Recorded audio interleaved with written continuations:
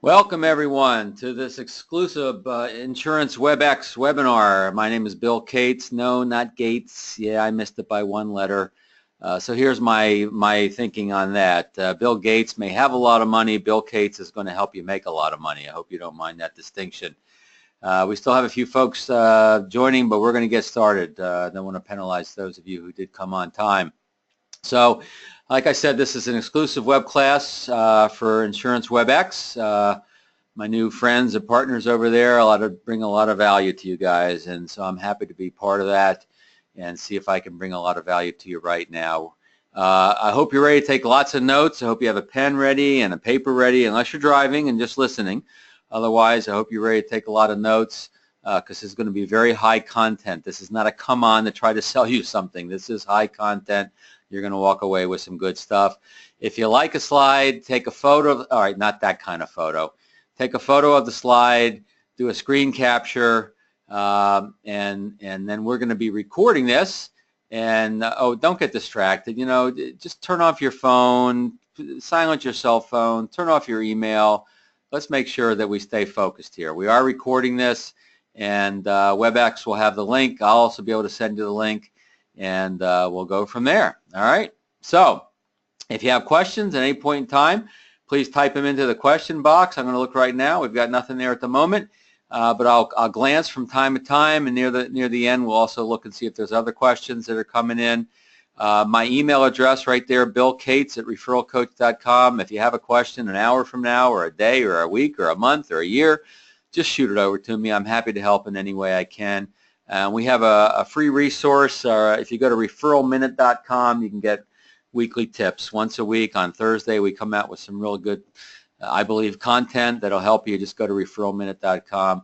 And we promised a bonus item. So if you go to the section where for handouts, you'll see there, you can just download that. It's Power Phrases for More Referrals. So just go click handouts. You can download that right now, and I'll also send that out with the recording link just in case people forget to do that or miss it for whatever reason. So there's a bonus report, right? Attachment in your attachments file there. All right, so let's get into the content. Why referrals? Well, you wouldn't be on the phone on this web class if you didn't know the power of referrals. If I had to distill it down to two words, it would be borrowed trust. We know that that's what happens with a referral. We borrow the trust in one relationship long enough to earn our own trust in the new relationship, and that's what makes everything work, right? Everything gets easy because of that borrowed trust.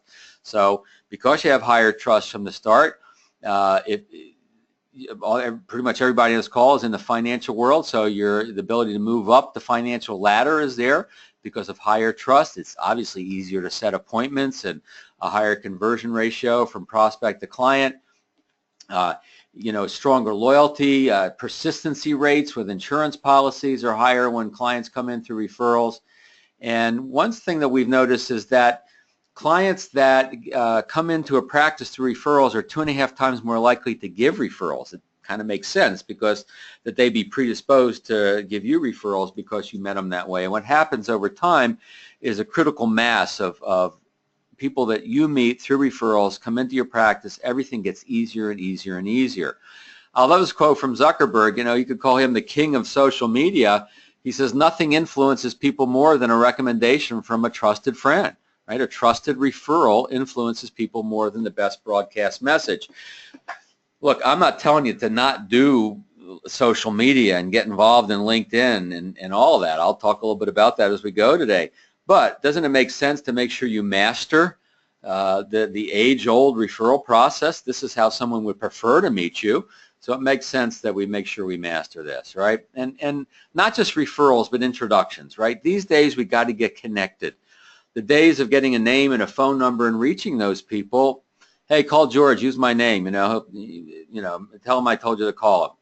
Well, those days are pretty much over. It's just hard to reach those folks. Unless there's a really high trust relationship there, those people are not going to return your voicemail or answer your email. So we've got to get connected, and I'll give you a little bit about what that looks like. And so it's not just about asking. We'll talk about asking today. It's about building a culture. You want to build a culture of your business with your clients, with your centers of influence, in your own head, in your office if you work with other folks, a culture of client engagement, referrals, and introductions, and we'll show you what all that looks like. So let's start with your mindset, right? We want to talk about adopting the mindset. We know that we all walk around with limiting beliefs, mistaken beliefs, and then we read a book or we listen to a speaker or go to an insurance WebEx web class, or a colleague slaps us side the head and says, hey, you can look at it a different way. And then we go, oh yeah. There's an old expression, and it's actually verified in scientific studies, that, if you change your perception, if you change who you are and how you see things, then what you see changes. And that's what I'm talking about, the referral mindset. So I mentioned this already. Make sure that you've made a decision to build your business the way people would prefer to meet you, right? How would someone prefer to meet you? Through a recommendation from someone else they already trust, right? It's not that other things can't work, but just make sure that you're committed to this. The way of the world is meeting people through other people, and the warm way, the referral, the introduction is the warm way we get into their lives. And so are you dabbling in referrals, or are you committed to referrals? And, most folks dabble. We all know what to do with one if we trip over it, but very few people have created the process and have made the commitment to that. We'll give you some of that today, obviously. Leveraging the lifetime value of a client, not just the business they can do with you, right? The lifetime value is not just the business, it's also who they can introduce you to over a lifetime. But most people don't think in terms of that. They don't think in terms of the leverageability of the hard work they put into these client relationships. Giving referrals. Boy, I hope you're a giver of referrals. As you give, you receive. It's true in all aspects of our life, including business and referrals.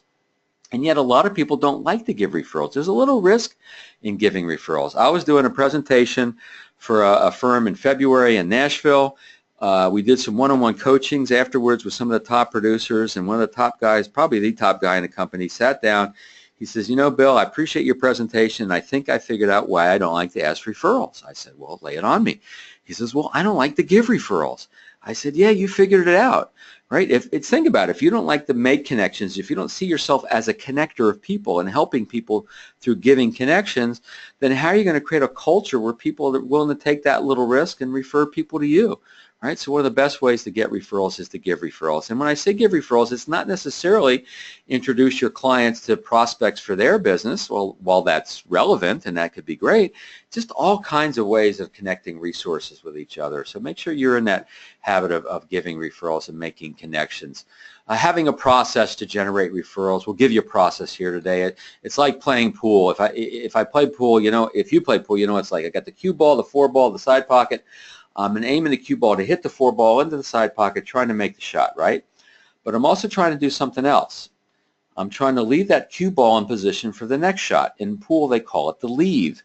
Well, I believe that should be our attitude towards client acquisition, meaning we bring a prospect into our world, however we do that. We turn them into a client. We make the shot. That's good. That counts. But if we don't have a process to leverage that, where does the next great client come from? Wishing and hoping, not a good plan. For some folks, we need to turn that referral wishbone into referral backbone. So we want to make sure we have a process in place. And what happens with a process is the trust of one leads to the acceptance by many. And when one person, we use that borrowed trust, and one person refers us to the next person, and one leads to two, and two leads to 4, and 4 leads to 8, and our business grows exponentially, right? Our business grows exponentially. Jennifer, I'm wondering if people are seeing the slides properly, because my error message here is showing that people may not be seeing the slides. So let me know if you could just text me or shoot me a message in the question box. So we're going to keep going, though. So do you believe that asking for referrals is a safe thing to do? Right? A lot of people believe that asking for referrals is risky. That's why they don't do it. Well, that's a limiting belief. It's a mistaken belief. And somebody said the slides are working great. Great, thank you. All right, everything is fine. Very good. Thank you, guys. So what we try to do is help you realize that it doesn't have to be a risky proposition. You don't have to fear putting someone on the spot. You just got to have the right methodology, and I'll give that to you today.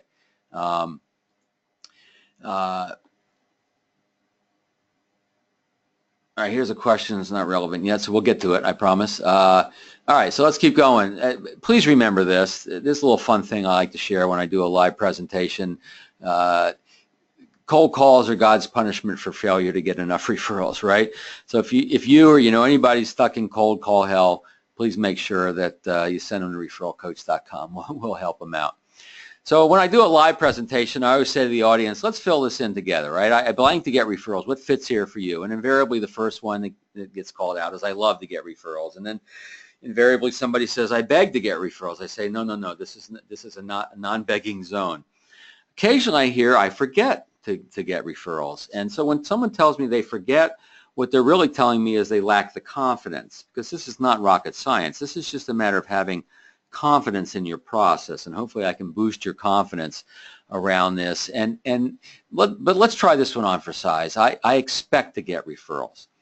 Now, I don't recommend you say to people, I expect you to give me referrals. That's kind of an old, aggressive methodology. But I do believe it's the mindset that we bring. It's a mindset of confident awareness. And what I mean by that is, first of all, you're confident in the work you do, right? You know you do important work for individuals, families, businesses. So that's the confidence, or hopefully I hope you believe that. If you don't, it's going to be tough for you to get referrals. But then you have that awareness of connection, right? Confident awareness of who people are connected to. From the minute you meet someone, you start to pay attention to whom they're connected. You might ask them, how long have you been in the area? What made you move? Did you know anybody when you got here? Right? Are you involved in community service, any kind of charity, community philanthropic activities? Are you involved in your industry trade association? So from the minute you meet someone, you're building rapport, you're getting to know them, you're paying attention to who they know, because at some point in time, it's going to become appropriate for you to suggest some recommendations, some possible introductions to other people, right? So it's that awareness, that confident awareness, turning it into an expectation for this to happen. Again, for most people, unfortunately, it's wishing and hoping. So, what's your mindset around this? By the way, we have a neat way for you to check out your mindset and to see where you stack up against other people. Please write this down, www.referralassessment.com, referralassessment.com. It's a quick little quiz. It's 25 questions. It takes you about 4 minutes, and then you get a result, and you see kind of where you stack up with other people. And we actually award you with a black belt, a brown belt, a blue belt, or a yellow belt in referrals. So it's referralassessment.com. You'll see where you stack up with other folks. So your new mantra, where you want to, every day you want to think to yourself as you get up in the morning, who am I going to be introduced to today? Or it may be if you work in an office with other folks, right? When you see each other in the morning, or if you're a manager or a leader, say to your agents, your advisors, who are you going to get introduced to today? Hey, you had an appointment last night with a Smiths. Who did you get introduced to? It's that constant awareness of this. So it's a culture. It's not just when you think about it every now and then sort of thing. So let's talk about your referability. And first, we'll do that by starting with who gives referrals. Now, Julie Littlechild with Absolute Engagement out of Toronto, Canada, has done some stellar work in this. And she measured satisfied clients, and we see that satisfied clients are very loyal. 99% of satisfied clients are loyal, but only about 20% gave referrals in the preceding 12 months. So there's actually a pretty low correlation between satisfied clients and the giving of referrals. What we need to get to is engaged clients. Engaged clients, 100% loyalty, and in her particular study, 98% of engaged clients gave one or more referrals in the preceding 12 months. Who gives referrals? Engaged clients. All right, so what do I mean by an engaged client before you type it into the question box? Well, it's pretty simple. It's someone who, first of all, sees your value, gets your value, recognizes your value, and they kind of like you, trust you. They get a sense of who you are. Now, if someone's going to work with you, move forward with you, whether it's insurance or annuities or investments, then clearly they're going to have to start to see your value and like you, trust you. So it's the same dynamic to get people to work with you. But what we want to do is from the minute we meet someone and throughout the relationship, we want to make sure we're attending to both of these aspects of the relationship. We got to continue to bring value, and we got to continue to build the business friendship. So let me flesh it out for you a little bit. So we teach the Unlimited Referrals Marketing System. That's the name of the basic system that I teach, that all the knowledge that I bring falls under really these three words for the most part. Engagement, making sure that you create these engaged relationships with prospects, with clients, with centers of influence, CPAs, attorneys, folks who may never become clients. They've got to get a sense of engagement and see your value. Then, of course, you want to create the leverage. You want to ask, you want to be appropriately proactive. And then you want to create the connection, the introduction. So let me flesh this out a little bit further. There are three places for engagement. It's to become super referable, right? It's the prospect experience, or it could be called your sales process. There's the new client, the onboarding process, and then there's the ongoing client service promise, the client service model that you follow, and we'll dig down a little deeper into each one of these. And then on the leverage side, right, it's promoting referrals, it's asking for referrals, a social event marketing where you bring people together around the wine and cheese tasting or cooking class, all kinds of neat things there. And so that's the leverage part of the equation. And then get introduced, get connected, as I've mentioned. Then, of course, you got to set the appointment. You got to talk about your value in a strong way where people are going to want to sit down and meet with you. You can no longer say to folks, let's get together. I want to tell you a little bit about the work I do. That's just not very compelling appointment setting strategy.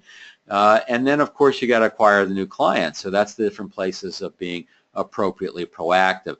The beautiful thing here, see, we call this unlimited referrals.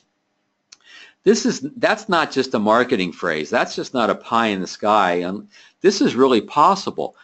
I've done it for my business. You can do it for your business. I've helped thousands of people do this. So what happens is when you create that engagement and then you leverage appropriately and then you create the connection, what happens? Well, you create engagement with the next prospect and then they become a client and the engagement continues and then you leverage. And the beautiful thing, since many clients will give you more than one referral, make more than one introduction over time, your business actually grows exponentially. That's how you create exponential growth. So let's go ahead and get into a little bit about the prospect experience, your sales process. There's so much we could talk about here. A couple of thoughts.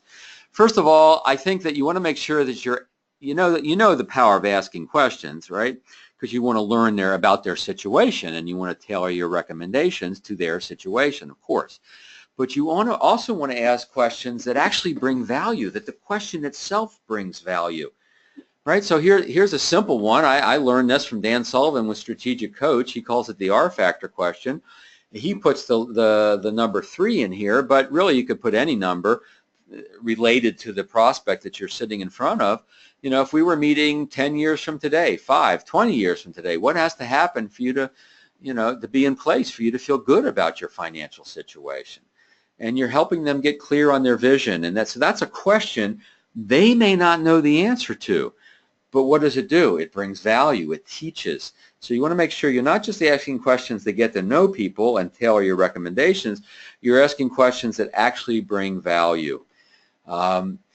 Another way to connect with people quickly, to create this sense of engagement, is to talk about your why you do what you do. Now, I'm not talking about why you got into business, because you can make money and you like dealing with finances and you have flexibility over your schedule. That's a you-centered why. I'm talking about a client-centered why. So let me give you one example. I was doing a program for a firm, it was in June actually, and did a keynote speech for the organization. Then we did a couple of breakouts, and one of the breakouts was talking about your value proposition and having a compelling value proposition. And so we talked about the why, and one of the guys there said that he got into business because he was a finance major. He liked dealing with finance, but didn't want to sit behind a computer screen all day. So he wanted to be out and about with people. So he got into this business, and his first client was, guess who? His father, right? Pretty common. The family member becomes your first client. And he realized within the first month of business, dealing with his father, of the bad advice his father had gotten and the incomplete advice his father had gotten. So now that's where he got in touch with his value. And he tells that to his clients. He gives them a little bit of his why, his story, to make sure that people are making the right decisions. He says to them, one thing I've learned, my dad is very bright and my dad's very successful, but I've realized that even successful, bright people sometimes get the wrong advice or incomplete advice. and it's my job to make sure that doesn't happen with any of my clients, right? So that's his why. And the asking questions that bring value help you connect with the value. The talking about your personal why connects with you, with who you are. And if you're asking someone to give you influence over their financial lives, then guess what? They've got to have a sense of who you are. So I hope you're doing that. This is not usually a question people are going to ask you. You've got to make sure you insert this into the conversation. And you do this with prospects. Don't wait for them to become a client. Do it on the first appointment with a prospect. Shift gears. Say, look, that's a little bit about how, what we do and how we do it. Let me shift gears a little bit and tell you a little bit about why we do what we do, right? Why I'm in this business. And, if you're fairly new in this business, you could say why you got into it. Maybe it's something that happened in the past with your family. There's all kinds of sources of your why. Just make sure you're talking about this. And you can have more than one why, and then over time you can communicate a lot of these. So that's the initial experience. Then the new client experience. Do you have an onboarding process? Now, the beautiful thing about insurance and financial advisory is that there's usually a deliverable, right? It's a financial plan, it's a life insurance products, annuity, whatever. There's a deliverable. And so that's part of the onboarding process. Hopefully you're doing that in person as much as possible. And this, again, helps build that sense of engagement, the engagement of the value and the engagement with who you are. If you don't deliver anything in person, but you could, you really are missing a huge opportunity to create that sense of engagement. You've turned a process-oriented business into a transactional business, and you're not going to be as referable. And there's all kinds of other stuff you can do. You can see on this list. This is a good one to take a picture, a screen capture. And so if you have staff that work with you, back office folks, an assistant, have them send a note out. Have them call the new client. Say, hey, this is what I'll be helping, as we move forward. And so they get a sense of engagement, not just with you, but with your team. You could have a thank you lunch or an invitation to a social event that you're doing for your clients. Make sure you have this onboarding process. It's driven by a checklist to make sure you do this with everybody. And then your ongoing client experience. I like to call it a client service promise, because when you talk to your clients about this, when you say, let me tell you a little bit about our client service promise, how we'll stay in touch. In that word promise is kind of that word commitment, so it's got some nice emotional teeth. And really what we're trying to do in this client service promise is we're trying to continue to bring value. So we're going to meet with them once a year, twice a year, 4 times a year, whatever fits. We've got a newsletter we send out to them, and then we have some other events. We have this charity golf tournament where I'll take you out for lunch on your birthday and that sort of stuff. So you let them know how you're going to stay in touch, and that sense of engagement starts to build even before you've delivered on the promise, just by talking about the promise. Have the promise, use the promise, and talk about the promise with your prospects and your new clients. One of the ways you can create this ongoing value, probably the most significant way that you can, is to help your clients make the tough decisions, right? The tough choices. In the work that you do, in the work that anybody does in any industry, there's always certain decisions that people put off, right? And it's your job to make sure they don't put off those decisions. You take a leadership role, and it takes courage to take a leadership role, right? To have those tougher conversations. If someone, for instance, is resisting long-term care insurance, and they think it's a scam that the insurance industry created. One person told me that.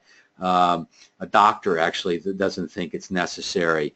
Well, you got to be willing to show the stats and show the evidence and engage someone in those tough conversations, in intergenerational wealth conversations, making sure their children, that you have a relationship with their children and the other spouse that may not be there at the appointment, and all that sort of stuff. My advisor, talked to me about long-term care, and it took me about 6 months to finally get on board. He had to keep nudging me. Finally, we were at a round of golf, and at the end, we were having a soda, and he pulled out a manila file folder at the clubhouse and said, Bill, we need to do this. You've talked to your friend Phyllis Shelton about it. You know how important this is. We're not leaving until you sign this. So what did I do? Well, I signed it. Why? Because I had to go, and he wasn't going to let me go. So we've got to make sure that we take that leadership role, and that's really what provides the value, is that accountability, that nudging people in an appropriate manner to do what they know they need to do. So we bring the value, right? So why do people give referrals? Well, Julie, again, did this study, and She found that you're not going to be surprised with the numbers. 61% give referrals to help a friend, a colleague, a family member. They do it to help others, not to help us. But 37% do it to help their advisor, to help their agent. Why? Because we've engaged with the value and we've engaged with who we are. And so when we bring those two together, then we have a very powerful dynamic, and that's what I call the turbocharger to becoming super referable and to getting referrals and introductions, which is the business friendship, and having those client appreciation events, and staying in touch with the clients and checking in on how the family's doing, how the kids are doing, all the different ways that you build the business friendships, and not just doing it occasionally, but having processes in place to make this happen. That's the turbocharger. So, you know, events I mentioned, celebration events, which are a type of appreciation event, but usually there is a guest of honor. Could be a birthday, could be a retirement, could be guests of honor, could be an anniversary, but any way to celebrate. What happens is when you bring a few clients together with some of their friends and their family members to celebrate a special event in their life, not only are you creating tremendous engagement, but you're also meeting people like them. And it turns into a prospecting event, even though that's not the original intention. And then small wow experiences. Scott Miller is out in California is like my king of wow. This guy is always looking for ways to create this wow, this simple little way of having our clients feel special. He told me a story. He had a client that had a birthday coming up on Friday. He says, "So your birthday's Friday, right?" And then the guy says, "Yeah." And so what are you doing? "Well, we're going across town to Shea Expensive." "Oh, I know that place. It's great." "So you're going Friday on your birthday?" "Yeah, my wife and I go there every year. I think it's a 7:30 reservation or something." "Okay, great." So Scott hangs up the phone, calls a reservation, calls a restaurant, and orders a moderately priced bottle of wine, right, compliance friendly, to be sitting on the table waiting for the client couple when they arrive for the birthday, with a little note, you know, "Want to help you make it a special evening." So 2 hours later, Scott gets a call on his cell phone about 9 o'clock at night. "Hey, Scott, you know, apparently the couple just consumed that bottle of wine. They wanted to call Scott to make it a special evening." This is how you build a business friendship, these small things. Now, sometimes it doesn't cost anything. They're going on a vacation. You send them a blog related to where they're going on vacation, right? It doesn't really cost anything if you don't want it to, but you're creating these wows. And so now you're becoming super referable through the initial process, the onboarding process, and the ongoing process of how you stay in touch with folks. And then, of course, you want to be appropriately proactive. Let me take a sip of water. Let me look at a question. Do you have a nice standard letter serving as a model for us to how to follow up after an appointment to urge a referral effort? You know, I don't, and I'll tell you why. Because and it's no offense, Matt, but when people look for letters to ask for referrals, Matt said he lost the audio. Hopefully you guys are hearing it now. Is that what happens is that you're trying to take the relationship part out of it, right? Now, what you can do at an appointment is you can say, "Hey, you know, please don't keep us a secret." And they go, "Oh, sure, great." And then you do a follow-up to the appointment. You should always do a summary email or letter to the appointment. You should always do that. And if they said that they weren't going to keep you a secret, or they said they'd be open to introducing you to folks, you can remind them. Maybe you had the conversation, say, "Hey, next time we get together, let's talk a little bit about some folks that you know that you think should be aware of the work we do." And then in the summary that you send out, you say, "And by the way, you know, next time we get together, we'll talk, maybe between now and then you can think about that a little bit." So you can summarize the meeting, and you can plant the seed for that. So somebody said the slides are a little slow. I'm sorry about that. It's always the, you know, we're stuck on the what do I want to say, the speed of the internet. All right. So let's see. Somebody says, I've lost the audio. Can you repeat the last answer? Don't know when that came in. Sorry, type it in again. Let me know what the question was. All right, so let's talk about leverage. Let's talk about being appropriately proactive, promoting referrals and introductions. Different ways to do this. We're not really asking yet. We're just kind of planting the seed. It has its place. Don't confuse it with asking. I already mentioned this one. You know, please don't keep me a secret. Don't keep us a secret. Simple, fun little phrase goes into their unconscious, and later they're having a conversation with a friend, family member, colleague, and guess what? You come up, they think of you, and then boom, they don't keep you a secret. I've seen this turn into referrals right on the spot. I've gotten feedback. I've been doing this for 25 years.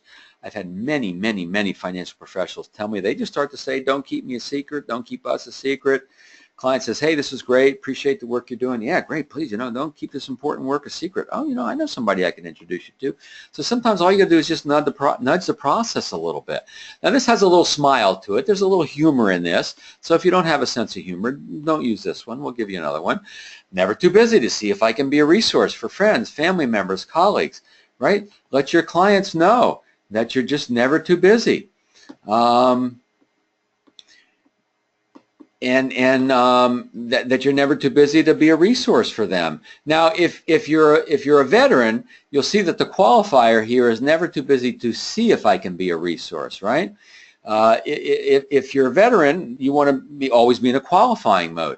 Now, you're not a veteran. If you're new in this business, you can take the C out, right? Never too busy to help, never too busy to meet with, never too busy to be a resource, because you need that activity when you're newer in this business, all right?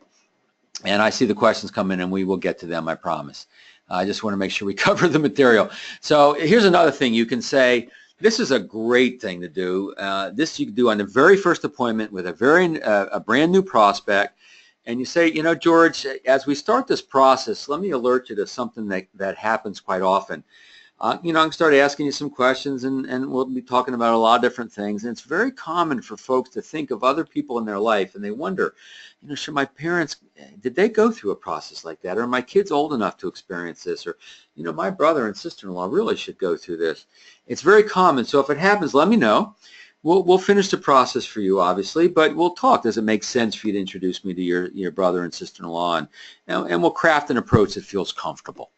Craft an approach that feels comfortable. We're planting the seed for referrals, but also planting the fact that the introduction, the connection, it's going to be comfortable, right? We're not just going to haul off and start bugging these people. So now you already know that this happens. You've probably been in an appointment, first appointment with a prospective client, and you start to do your process, and they think of somebody, and they tell you. Well, there's a lot of people they're thinking, folks, but they're not telling you. And so by shining a little light on this, more will start telling you. They'll say, you know it's going to happen. You'll start doing your process, and all of a sudden their eyes will shift and might light up a little bit, and you're going to say, you just thought of somebody, didn't you? Yeah, as a matter of fact, did. I was just talking to my colleague at work about this sort of thing. He really should go through this process. Well, let's finish this up, and we'll talk about your colleague, right? So you give them permission to share it with you. Another great thing, very powerful thing to do, and you can do this really at any point in time with any relationship, is just to let people know what it would look like if they did think of someone. To give referrals, there's a little risk there. We've talked about that. They don't know exactly what it's going to look like because maybe you haven't taught them. So one of the most powerful things you can do, short of asking for referrals, is just to teach people what it would look like if they thought of someone. And usually you build it around confidentiality and handle with care, right? I just want to let you know that if you think of anybody, first of all, the work we do is completely confidential, right? They're not going to learn about your financial situation from me, and vice versa. And we handle this sort of thing with great care, meaning my clients typically like to introduce me in some way. Maybe it's an email handshake, or sometimes I could take you to a lunch or breakfast or a round of golf, but whatever we do, we'll craft an approach that feels very comfortable. How does that sound? Sounds great. So you haven't really asked for referrals or introductions, but you've taught them what it would look like, and then everything gets just easier from there. So this is a very, very powerful way to stimulate referrals and introductions without even really asking for them. Something to go on your outgoing voice message, right? When you're on a webinar like this and you're not, or I'm sorry, WebEx, a web class, when you're on a web class like this, right? On your outgoing voice message, please leave a message at the tone, and if you're referred to us, please let us know who we need to thank. Now, if you're involved with investments, you might have to say you can't leave trades, on the voicemail, but in most cases after that you can say, and by the way, if you refer to us, please let us know who we need to thank. Now, everybody who calls you knows that you work from referrals. You get referrals, you work from referrals, you say thank you, you're celebrating. In fact, you get enough that you actually put it on your voicemail to acknowledge it when it happens. Very, very effective thing to do. It's all part of the culture that you're trying to build here, right? All the various things put together build this super referable culture. All right, so let me take a question here. Okay, thank you. I was talking about the monthly newsletters, so we're talking about our value, how we're going to stay in touch with folks. And then what we do is at the end of a meeting, we might plant the seed. We might say, by the way, if you ever identify someone that you think should be aware of what we do, I hope you won't keep me a secret. And if you don't mind, let me tell you exactly what it would look like, how we'd follow through so you'd feel comfortable. Okay, then you do that. And then you have that summary letter that summarizes what all the different things you talked about on the appointment and who's going to do what next. Maybe you're going to come back with some recommendations, and then you'll remind them the last item with you promise not to keep me a secret, and maybe when we get together we'll brainstorm a little bit and see who else should know about the important work I do. So that's a way to use that summary letter as a way to to kind of promote referrals. You're not really asking for referrals, but you can certainly promote referrals that way. All right, so let me see if no other questions. All right, so let's get into asking for referrals. All right, I love this dog. He's just a great pup. So if we're going to talk about asking for referrals, we need to talk about why people don't ask for referrals. And without question, like I said, I've been doing this for a long time. It's fear-based. Every reason I've heard is, oh, please, I don't want to ask referrals. Please don't make me ask referrals, right? Can I just become referable and maybe promote them, but I don't have to ask, right? Well, here are the fears. Here's what I've seen, right? When I'm doing a live presentation, I did one last week with a group in Minneapolis, and it was a great group, and we're talking about this, and I said, look, you guys are smart, right? And they're nodding their heads. I said, you're confident too, right? And they go, yeah, they're nodding their head. I said, a few of you are pretty actually on the cocky side, right? And then, they're nodding their head and giggling a little. And I said, couple of you downright arrogant. I met you in the hall. You know who you are. Good laughter. But I said, when it comes to asking for referrals and introductions, you're turned into a bowl of quivering jello. And the heads are nodding. Yeah, it's just something changes. That shift goes. And all of a sudden, these confident people become not so confident. All right, so what are the fears? Well, sometimes they're afraid they haven't provided value yet. All right, well, we have a little strategy that will help you with that one. People don't want to hurt the relationship. I get that. You don't want to make people feel like they're being put on the spot, right? I get that. Having the right process, which I'm about to give you, will make a huge difference here. Give it to me now. You don't want to look needy, unprofessional. I get that. Again, it's having the right process. And then afraid of rejection. I know some people in this business can cold call till the cows come home. They can call bad leads till the cows come home and don't mind being rejected by someone they have no relationship with. But once they have a little relationship, then all of a sudden all the fear kicks in. And look, I can predict exactly what's going to happen every single time you ask referrals. You ready? Tell me if this hasn't happened to you. Some people do it on the spot when you ask. Some people do it later when they're ready, right? Next time you see them, they go, hey, I got somebody for you. And you got some clients, they never give you referrals, right? You could run to a burning building and save their children they wouldn't introduce you to anyone, but they're not going to stop working with you. You won't lose a client by asking for introductions. So we just got to be willing to get through this stuff and figure out what is our barrier, what are we afraid of, what is our concern, and then learn the process. Joe Winslow is the #1 guy in his firm out in San Mateo, California. He took me to lunch, and he had a lot of my audio stuff loaded into his car, which was a little weird. And but he came back to the group afterwards. He says, look, guys, I use Bill's system. I've been using him for a decade. I get a lot of referrals, but there's always this piece of me that feels a little uncomfortable. But then he said, and the guys looked at him and they go, oh, really? Because they look up to him and how good he is with referrals. He says, I just don't let that stop me. Right? That's the key, is what is your relationship to this fear, this uncertainty, this doubt, this lack of confidence around referrals, and are you willing to change that relationship and make it work better for you? So let's talk about the asking a little bit. I teach what I call the VIPS method. You think of the referrals as the VIPs of your business, right? The very important peeps of your business, and that's how you remember this little process. Now, I don't have time to go through the entire thing, but I'll give you some good pieces of it. So the key ingredient in this is probably the first step, which is the value discussion, the checking in. We want to make sure we check in with our prospects, with our clients, every step along the way. Julie Littlechild in Absolute Engagement found out that 40% of clients who gave referrals were asked for referrals. So we know that we can ask and get. But 72% of clients who gave referrals were actually asked for feedback. You check in. How we doing? Everything working? Anything not working? How do we continue to earn your business? Most businesses don't ask for feedback. They don't check in. Probably afraid of a negative response. I decided to buy a hot tub a few years ago. I went to this place, a jacuzzi dealership in Rockville, Maryland. I met Alex, and I gave him a copy of my book, Beyond Referrals, and he says, "Did you write this?" And I go, "Yeah." And he looks at it and he goes, "Bill Gates, hey, you missed it by one letter." Yeah, I'd never heard that before. He says, "So you're going to help me learn about referrals? Is that why you gave me the book?" I go, "Yeah." "And I'm going to help you about hot tubs?" "Yeah." "That's great." So next 40 minutes, we're talking hot tubs, sales skills, referral skills, hot tubs, sales skills, referral tubs, right? And about 40 minutes in the relationship, in the conversation, he says, "Bill, based on what we've been talking about, I was thinking now is the time to go for the close." And and he says, I said, "Well, give it a try, Alex. See what happens." He goes for the close. "So what do you think?" "So, I bought a hot tub. Nobody easier to sell than a salesperson, right?" But I never heard from Alex again, right? We had a connection. Who's not going to be happy with a hot tub? Why do people not follow up? They're usually afraid of negative feedback. If there's something not working, you got to check in, right? It's not part of his process. I have seen the value discussion turn into referrals without even asking so much. And this checking in will change depending on where you are in the process, right?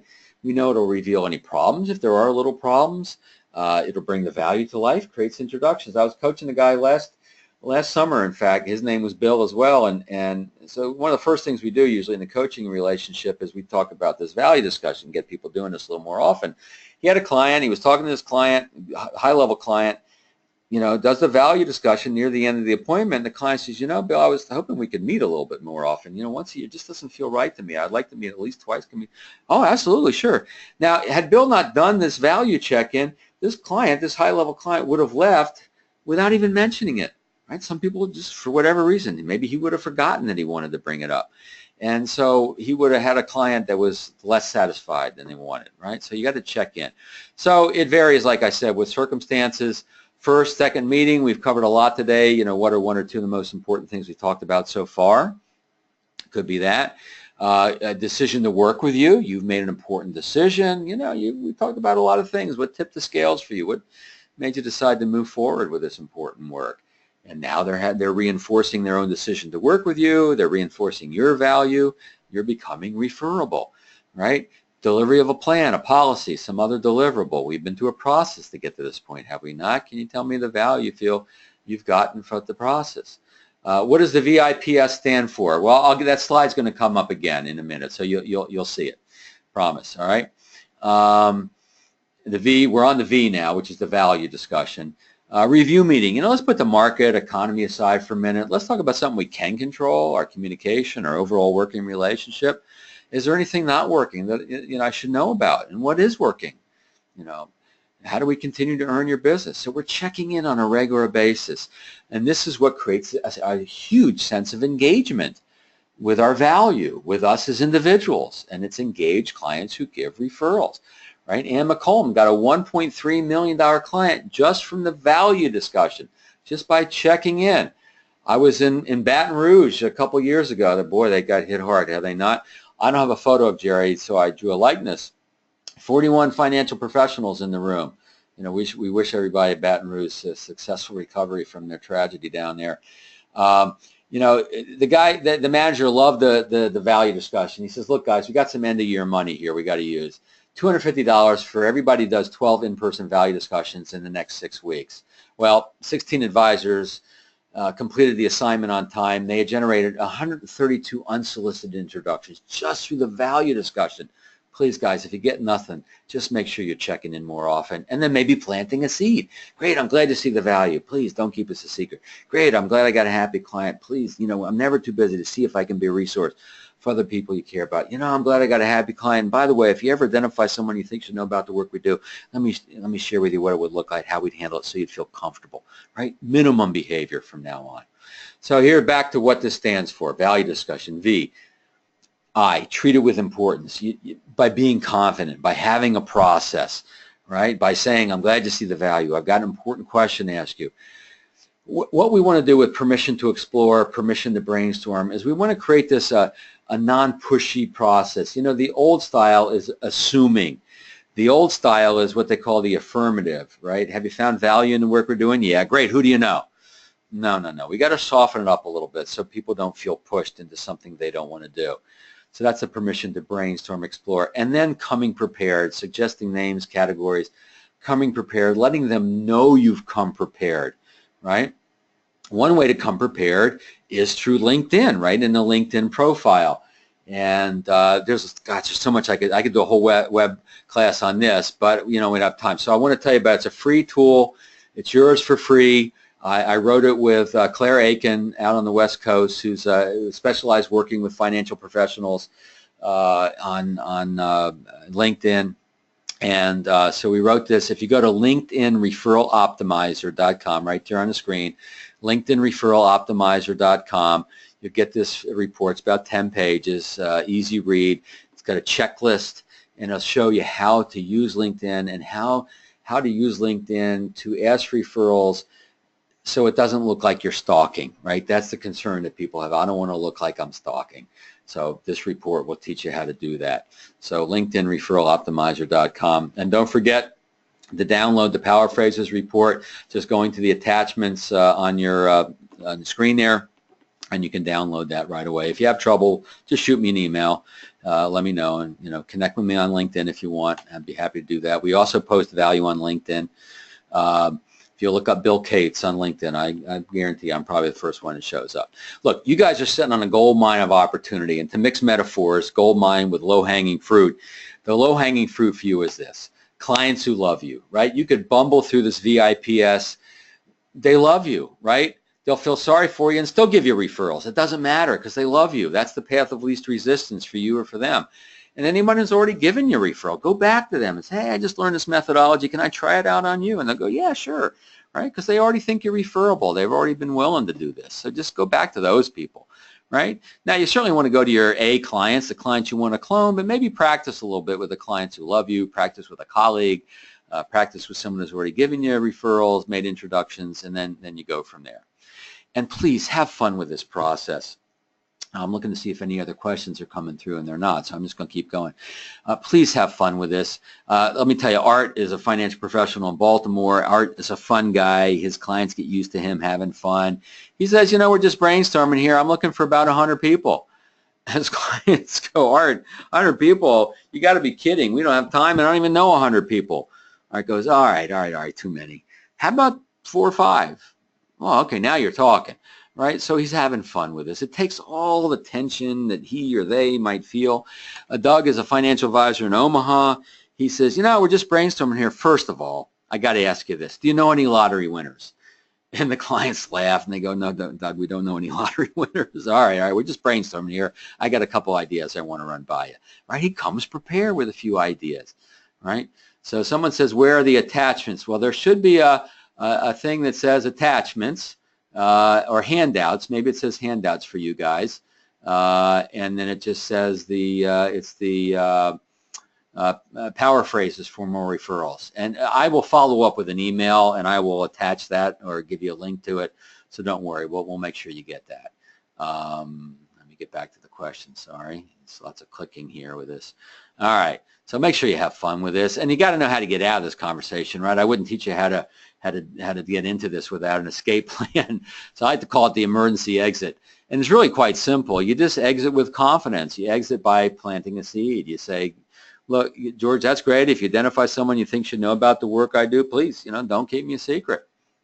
Makes sense? Yeah, makes sense. Or, Martha, I just want you to be aware of the fact I'm never too busy to be a resource for other people you care about. Fair enough? Yep, fair enough. And then you're done, right? So you go in with confidence. You brainstorm a little bit with confidence.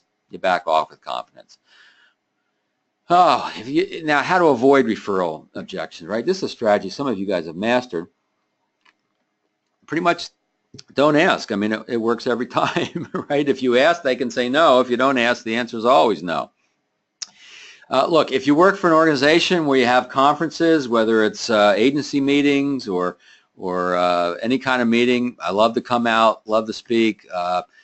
lot of different topics we can talk about. We can go very deep. Sometimes I'll do a keynote where I speak to the whole group, and then I'll do a couple of breakouts where we get into value proposition and getting referrals without asking and all sorts of stuff. So, just send me an email, billcates@referralcoach.com. I appreciate you not keeping me a secret, and would love to come out and bring some value to your group.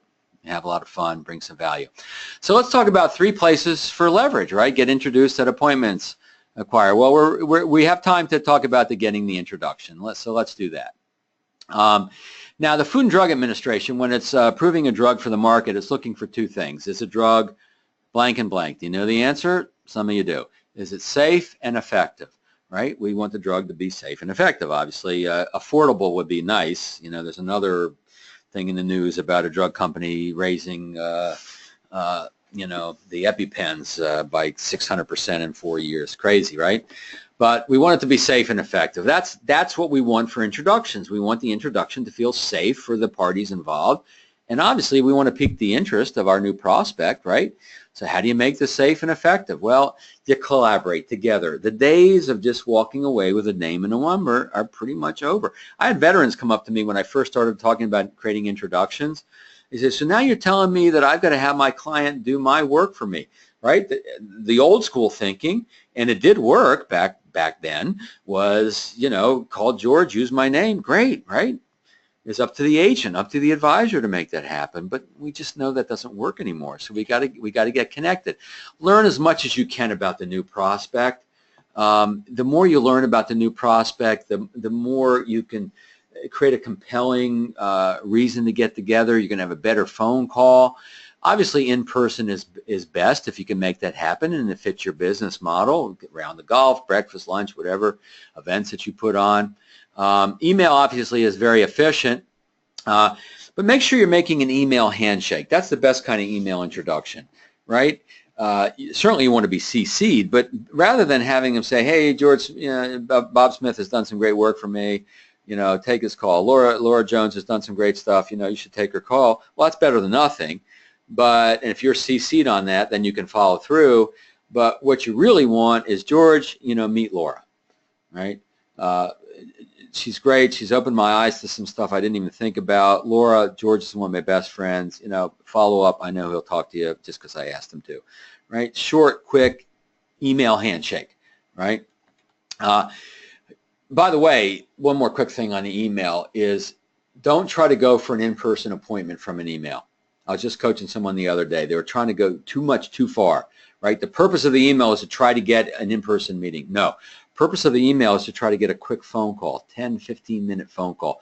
You want to go for an easy yes here, right? People are busy. It's hard for people to give up time, especially if they've been resisting talking about insurance, right? When they start to think of you coming over or them coming to visit you, now they're thinking 30 minutes, an hour, drive time, not an easy yes, right? So make it a quick phone call. What do you think you need to say to George to get him to take my call? How do you think Martha will react to this? Talk through this. What happens is the referral source now starts to take a stake in this going forward, right? They want this to happen, and then agree on a time frame, right? Today's Thursday. When do you think you'll have a chance to talk to George? Well, we're playing golf on Saturday. Great. Tell you what, I'll call you Monday, see how the conversation went, and follow up from there. Sounds great, right? So a little agreement as to when it's going to happen. Now, I know my clients talking to their friend George on the golf course Saturday morning, Friday afternoon, right? I'm sending an email to Bob, say, Bob, I appreciate the opportunity to see if I can be a resource for George. I know you're going to be talking to him tomorrow. Thank you. I'll call you on Monday as we agreed. A reminder in the form of a thank you.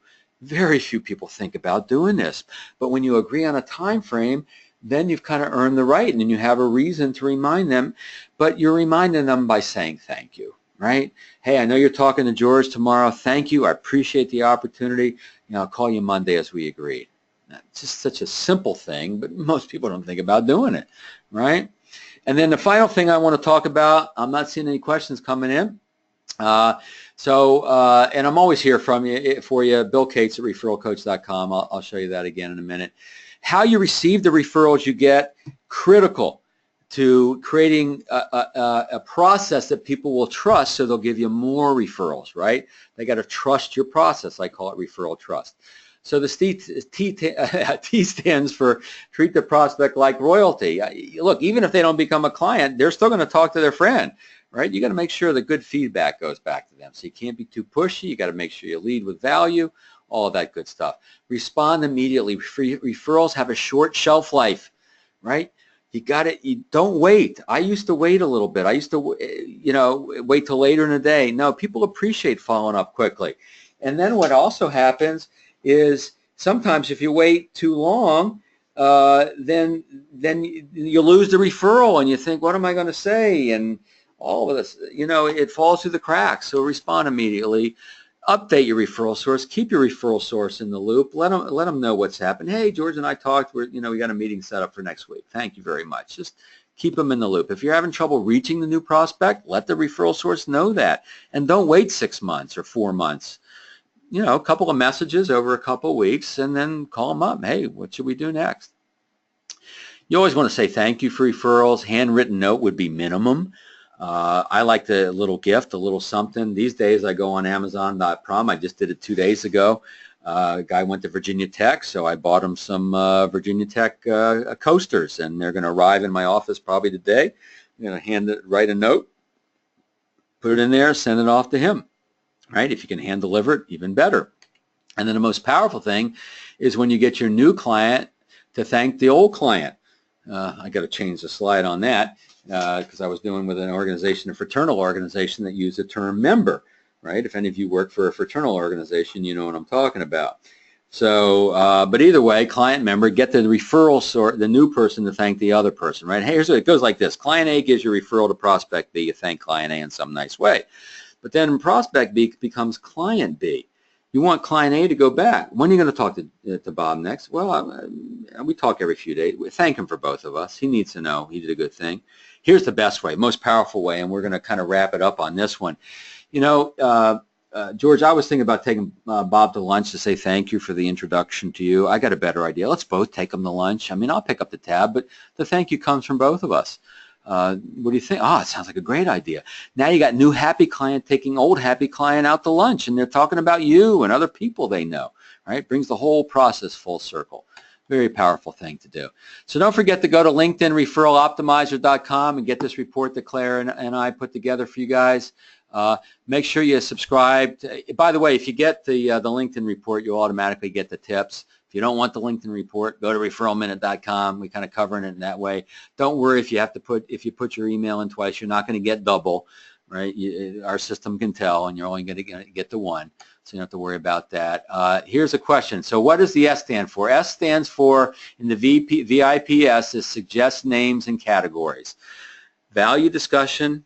I is treat the request with importance. P is permission to brainstorm, permission to explore, and S is suggest names and categories. That's where you've come prepared and you've let them know you've come prepared. And what happens is when you let them know you've come prepared, you're treating it with more confidence. They're treating it with more confidence now because you're treating it with importance. And they get curious. You say, hey, I thought another question. I guess I'm going too fast. So you say, hey, George, I've got a couple ideas I want to run by you. A couple of folks you mentioned last time we got together. Oh, well, I'm not sure I do this. I'm pretty private, but who are you thinking about, right? It creates curiosity, if nothing else. So the S in trust, the referral trust is say thank you, right? Treat the request with importance.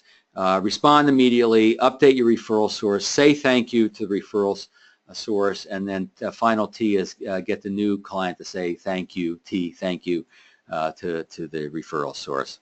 So look, what the mind can conceive and believe it can achieve. Napoleon Hill, classic, Think and Grow Rich. You have a sense of where you want to go in this business. You have a sense of what your vision is, right? But the key ingredient is believing that you get there, believing in the value that you bring, right? This whole thing about referrals and introductions has to come out of your belief that you bring value to individuals, to families, to businesses. That's where it starts, and all of that, it permeates the whole thing. about connecting with value, about connecting with who you are, that belief in who you are. When you leave the room, the belief in what you do lingers a little longer. The why and why you do what you do lingers a little longer. So look, I can't light the fire for you. Only you can light the fire for you. But I know that having a good idea, right, sometimes better than a motivational story. So please go get them. Stay in touch. If you have a question, I'm here for you. We have another webinar coming up, by the way. It's similar, but some other stuff, by the way. If you just go to my website, or you go to referralcoach.com/webinars, I'll put that in the email I send out to you. I hope you found this helpful. Thank you to Insurance WebEx for the opportunity to do this web class. Much appreciated. Thanks, guys. Take care.